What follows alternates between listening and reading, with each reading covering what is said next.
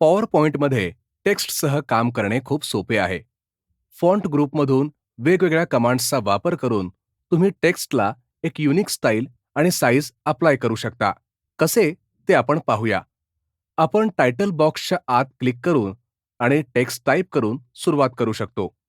हा title text specific फॉन्टमध्ये दिसतो. Basically font हा स्लाइडवर टेक्स्ट प्रेझेंट करण्याचा मार्ग आहे. आपण ही फॉन्ट स्टाईल बदलूया. आधी होल्डवर क्लिक करा आणि नंतर टेक्स्ट सिलेक्ट करण्यासाठी पॉइंटर ड्रॅग करा. आता फॉन्ट बॉक्सजवळ डाऊन ॲरोवर क्लिक करा आणि आपले सिलेक्शन करा. टेक्स्टचे अपीयरन्स कसे बदलले आहे हे आपण पाहू शकतो. आता फॉन्टचा साईज बदलण्यासाठी फॉन्ट साईज डाऊन ॲरोवर क्लिक करा आणि आपले सिलेक्शन करा.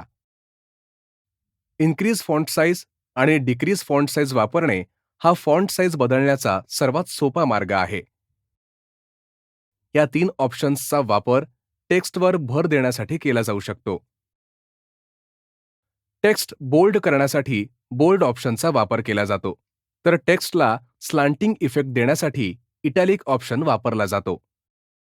टेक्स्ट खाली हॉरिझॉन्टल लाईन ॲड करण्यासाठी आपण अंडरलाईन ऑप्शन वापरू शकतो. टेक्स्ट शॅडो ऑप्शन सारख्या इतर इफेक्ट्समध्ये सिलेक्टेड टेक्स्ट मागे शॅडो ॲड केली जाते. स्ट्राइक थ्रू ऑप्शन टेक्स्टमधून हॉरिझॉन्टल लाईन रेखाटून टेक्स्ट क्रॉस करण्यासाठी वापरला जातो.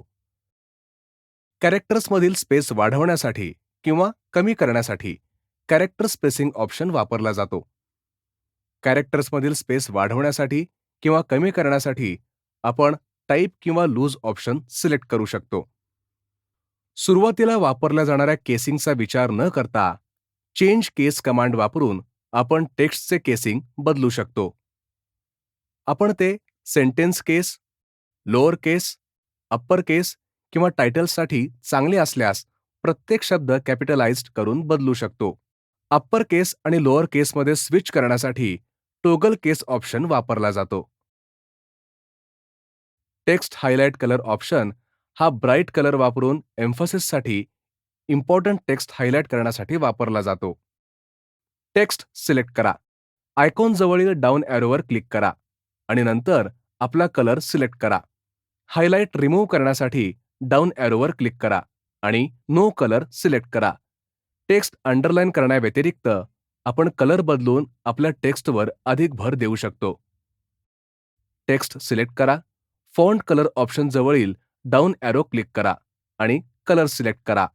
आत्तापर्यंत आपण टेक्स्टसाठी अनेक फॉर्मॅटिंग ऑप्शन्स वापरले आहेत. पण जर तुम्हाला यापैकी काहीही आवडले नसेल आणि तुम्हाला मूळ टेक्स्ट फॉर्मॅटमध्ये रिव्हर्ट व्हायचे असेल तर आपण यासाठी क्लिअर ऑल फॉर्मॅटिंग ऑप्शनवर क्लिक करू शकतो.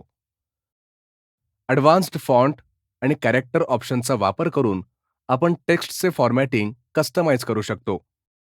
फॉन्ट डायलॉग बॉक्समध्ये फॉन्ट टॅबमध्ये विविध स्टाईल आणि कलर उपलब्ध आहेत. यात strike through, superscript, all caps आणि बरेच काही असते. कॅरेक्टर स्पेसिंग टॅबमध्ये कॅरेक्टर्समधील स्पेस स्पेसिफाय करण्यासाठी विविध ऑप्शन्स आहेत.